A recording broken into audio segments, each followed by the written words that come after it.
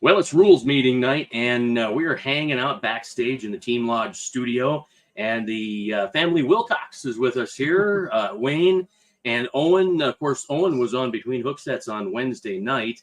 So I was trying to talk Wayne into doing it, and because I just thought, well, you know, Owen's probably had enough. But no, they are both here all the way from Montana. By the way, everybody told me to keep my cowboy hat at home to lose that thing. I didn't realize the crown was so damn tall. I don't look good. You know, it's just like, what the heck? Well, so when I was a kid in Montana, I remember, you know, those guys back in the late 60s and the early 70s, the crown of it was like a 3.5, maybe 4 inch skirts. They were really short and whatever. Let's stop talking lids. Enough of that stuff. So this Gov Cup coming up. Yep. This is going to be an interesting big time body of water and an interesting tournament. Yep.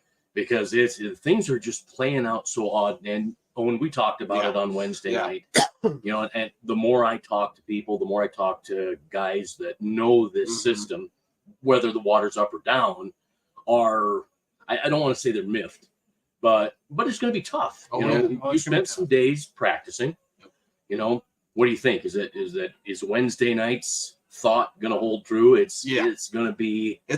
I'm excited. I'm excited just to see how many people get them, because they're definitely here and there fish right now. It's definitely difficult to get those overs right now. Yeah, the unders. I think that 17 to 19 thing is going to be fine. Yeah.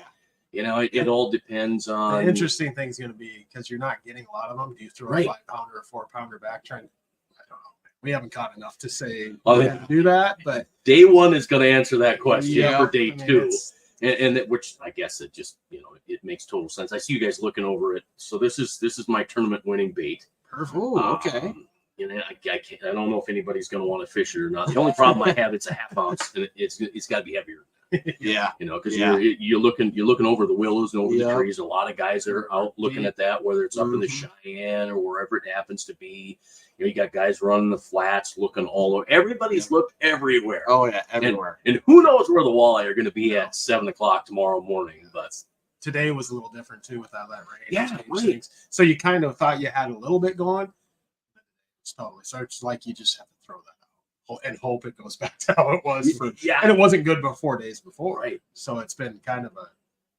Which is interesting because this lake has been on fire, and predominantly up north. Yeah, you know, I'm lucky to live up in the Whitlock area, and so fishing's been great from stove to steamboat, and you can run up to that's what I've heard. The Morrow, and certainly the further north you go. I just think those big mamas just haven't had to come down here. Well, and same with Fort Peck, the same way he talked about it. I mean, fishing's been on fire. You go west of Bell Creek, but everything out of us, it's total different game.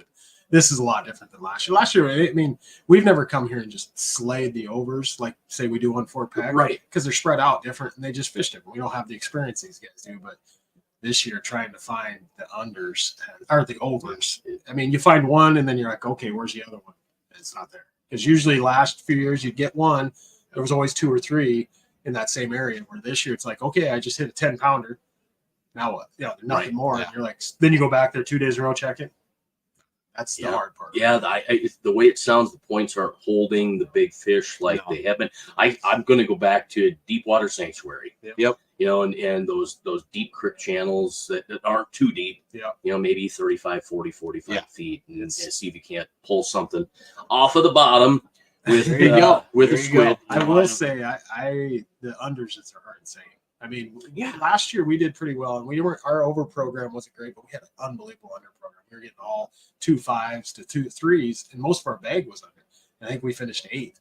This year we don't. If it's 2 pounds, we're throwing the box because everyone's getting them. Yes. You know? And so now it's like I just want them in the box quick and keep chasing those overs because if we don't get an over, our 2 overs they're thick this year. Oh yeah. Too. Oh, it's unreal. That 2.5 pounder. Yeah, that 18, that 19. Well, and that's the thing. Everyone's saying the fishing's bad. No, the fishing's really good. It's just finding those picks. It's hard.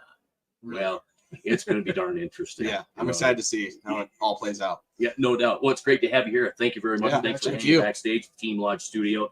It's Wayne and Owen Wilcox here at the 50th Gov Cup in Pierre, South Dakota.